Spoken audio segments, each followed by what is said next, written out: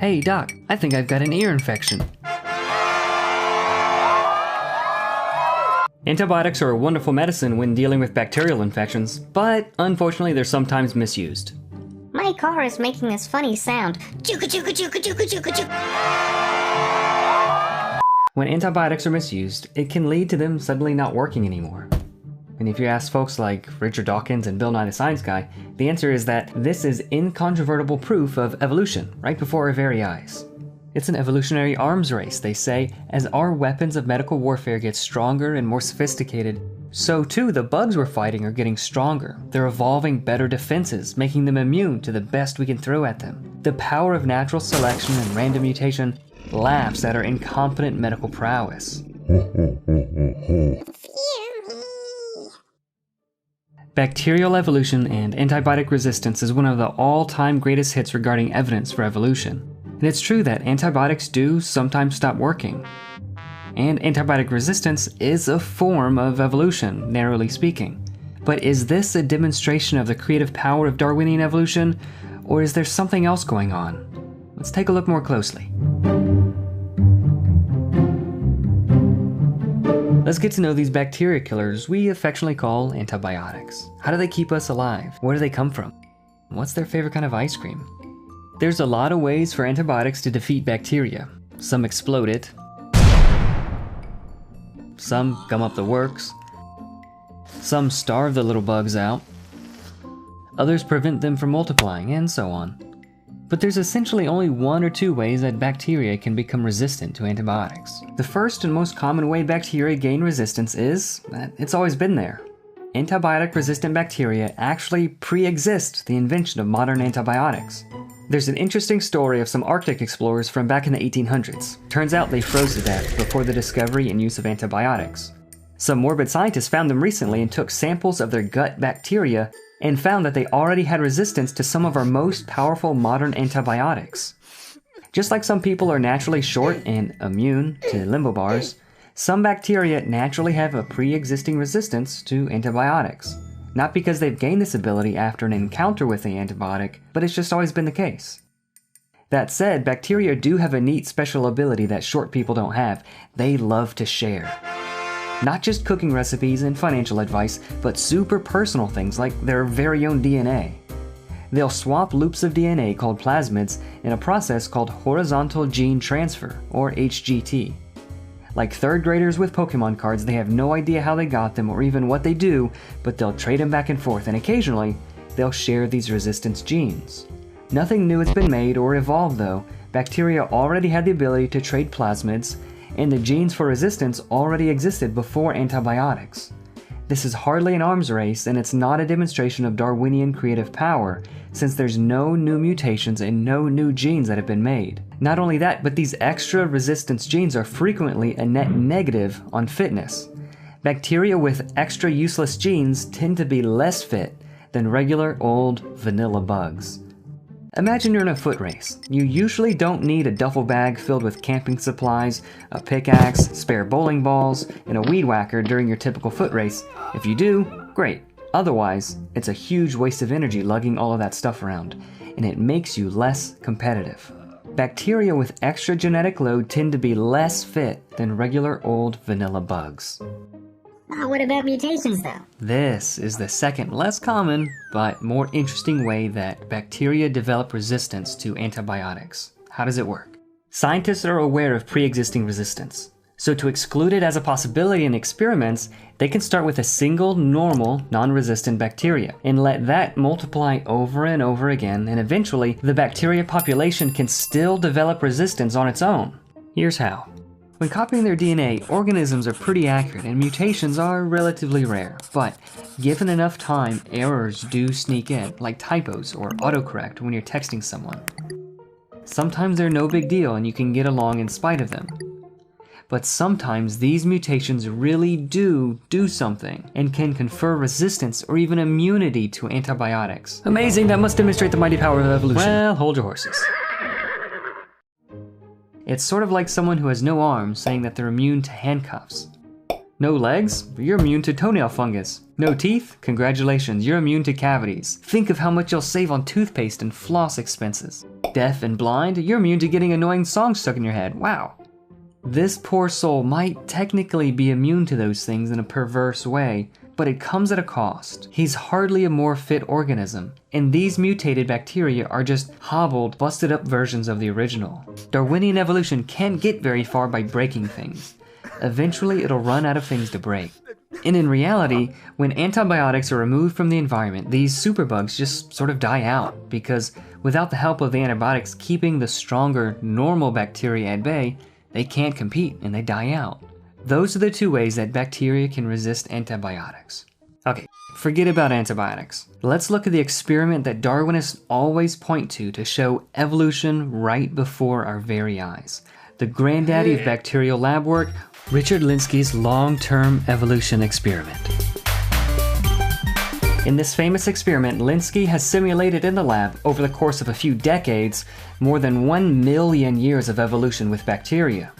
Since humans and other large organisms can take years or even decades to reproduce, it's difficult to see any change between generations happening in our lifetimes. But smaller microorganisms like the bacteria E. coli can reproduce in just minutes, letting us observe tens of thousands of generations and the changes that go along with that in real time. This is what Lenski has done for the past quarter of a century or so. Just let a bunch of E. coli bacteria reproduce and watched what happened. Pretty soon after the experiment began, he noticed that they started to grow much faster than normal. Then, a while later, Lenski's E. coli suddenly gained a new ability to eat something new called citrate. This was an earth-shattering find in the world of evolutionary biology.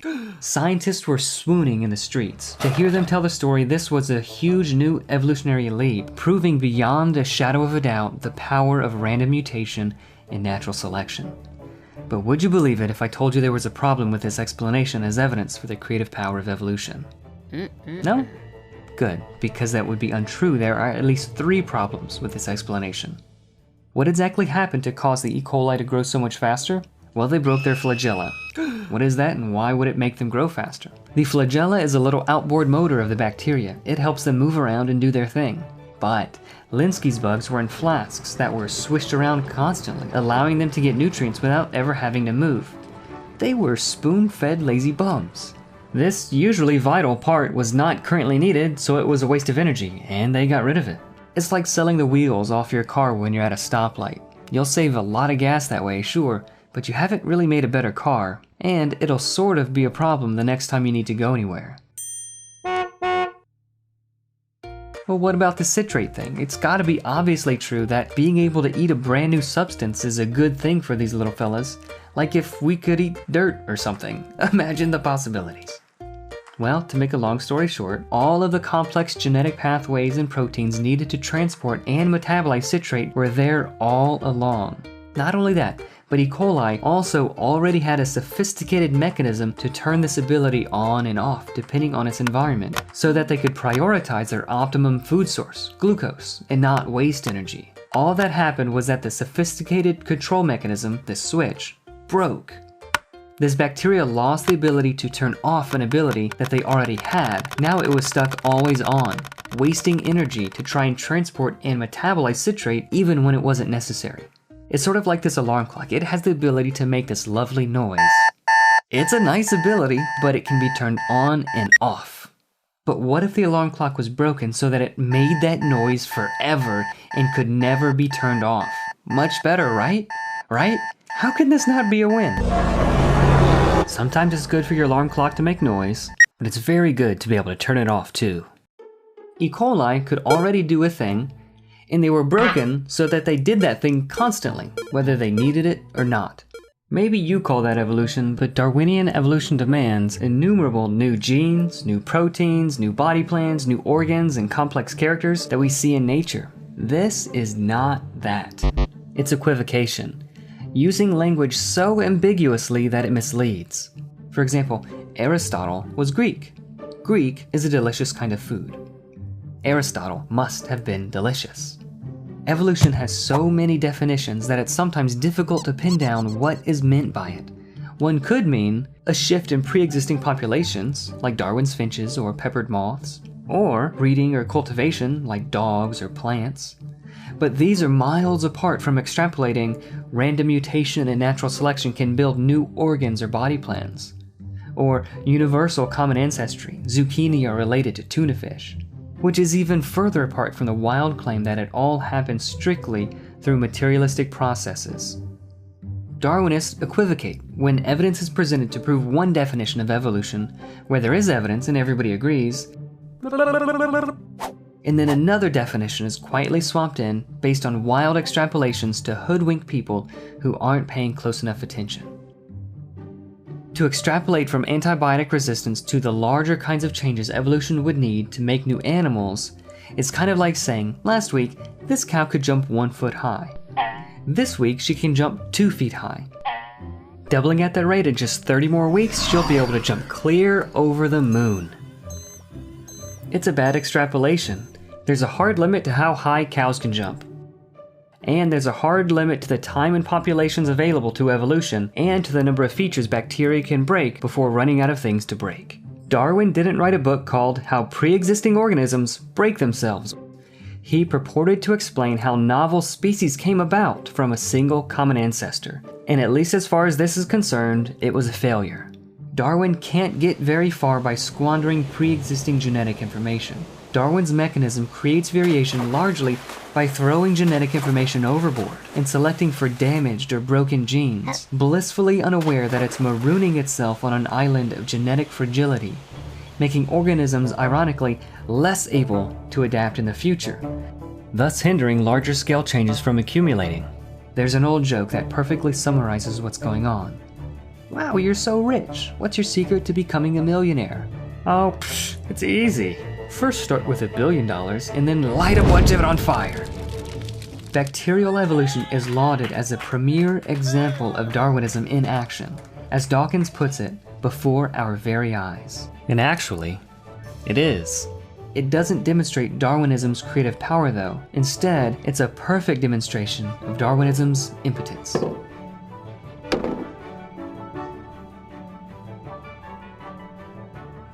Make sure you're subscribed and ring the bell so you're notified when the next videos are released. Thanks for watching.